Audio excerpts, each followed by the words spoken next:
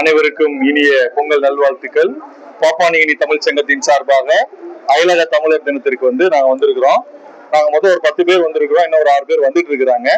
ஒவ்வொரு ஆண்டும் இந்த நிகழ்வை சிறப்பாக செய்யக்கூடிய தமிழக அரசுக்கு பாப்பானிகினி தமிழ் சங்கத்தின் சார்பாக ஒரு மிகப்பெரிய வணக்கத்தையும் நன்றியையும் தெரிவித்துக் கொள்கிறோம். குறிப்பாக தமிழக முதல்வர் மரியாதைக்குரிய ஸ்டாலின் அவர்கள் இதை ஒவ்வொரு ஆண்டும் முன்னெடுத்து நம்ம அயலக தமிழர்களுக்காக நிறைய பண்ணிட்டு இருக்கிறாரு. நாங்க ஏறத்தாழ ஒரு 25 ஆண்டுகளுக்கு மேலாக நம்ம பாப்பானிகினி தமிழ் மண்ணில் தமிழர்கள் இருக்கிறாங்க. இப்ப முறையாக 2018 பாப்பானிகினி தமிழ் சங்கம் என்ற ஒரு அமைப்பை உருவாக்கி தமிழை வளர்ப்பதற்காக நாங்க பெரும் முயற்சியில் எடுத்திருக்கோம்.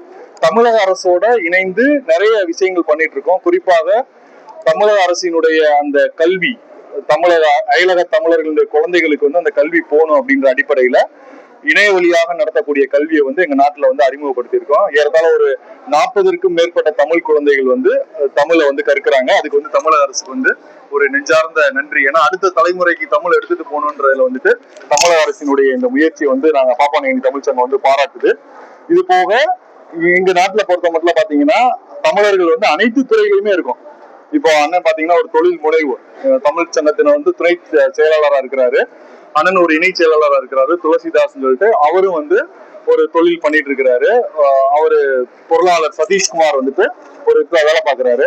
சோ ஆசிரியர்கள் இருக்கிறாங்க, தொழில் முனைவோர்கள் இருக்கிறாங்க, மருத்துவர்கள் இருக்காங்க. மருத்துவத்துறையில பாத்தீங்கன்னா தமிழர்களுடைய பங்களிப்பு மிக அதிகம்.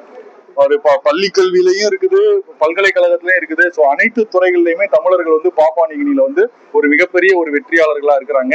எங்கள் நாட்டின் மூலமாகவும் தமிழக அரசிற்கும் இந்திய அரசிற்கும் பெருமை சேர்க்கும் வகையில நிறைய community services, community outreach program சொல்லக்கூடிய ரத்த தான முகாம் பண்றோம், மருத்துவ முகாம் பண்றோம்.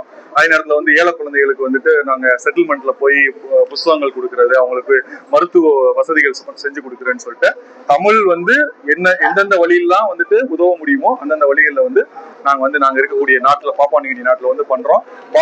பாரத பிரதமர் மோடி ஐயா எங்க நாட்டுக்கு திருக்குறளை தமிழ்ல மொழிபெயர்த்த சுபா அபர்ணா அவர்கள், சசீந்திரன் முத்துவேல் ஐயான்னு சொல்லிட்டு ஒரு மேற்கு மாகாணத்தினுடைய கவர்னரா இருக்கிறாரு.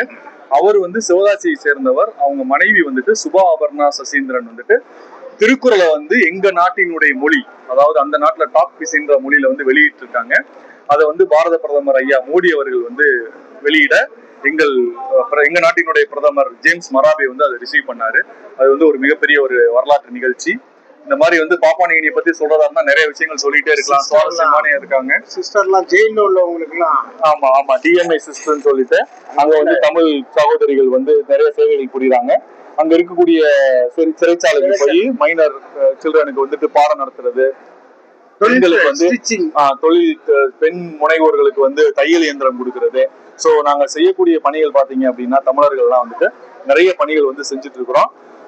இந்த ஆண்டு 2026 அயலக தமிழர் தினம் ஜனவரி 11, 12 சிறப்பா நடந்துட்டு இருக்கு. மீண்டும் ஒரு முறை இந்த நிகழ்வு மாபெரும் வெற்றி அடைந்ததற்காக தமிழக அரசுக்கு பாப்பானிகினி தமிழ் சங்கத்தின் சார்பா நன்றி தெரிவிச்சுக்கிறோம். நன்றி, வணக்கம்.